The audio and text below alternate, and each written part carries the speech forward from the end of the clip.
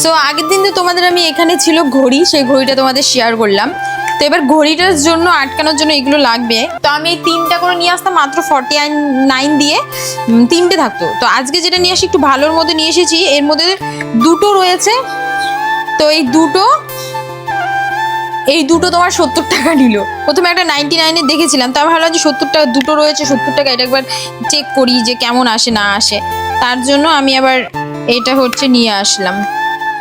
বাবা ছিড়বো কি করে রে, এই তো